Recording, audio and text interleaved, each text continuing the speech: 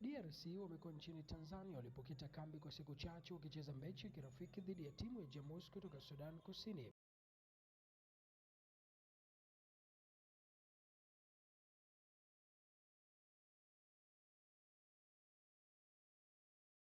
Salimu Mvurya kupitia kwa serikali kuu walikuwa wameweza kuhakikisha kwamba shughuli zote wachezaji wako vizuri, wanafanya preparation mzuri, wanachunga tu maandano.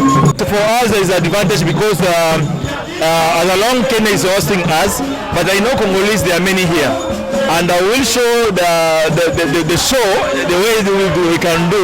Congolese there are many, and I think it will be the chance of 50-50, but as a Congolese, I really like Congo to win this game. Kila kitu ni shwari na tunakaribisha wageni wetu hapa Kenya na kuzidi kusema kwamba tuweze kuchukua hii fursa adimu ili tuweze kufaidika zaidi ya mambo ya michezo.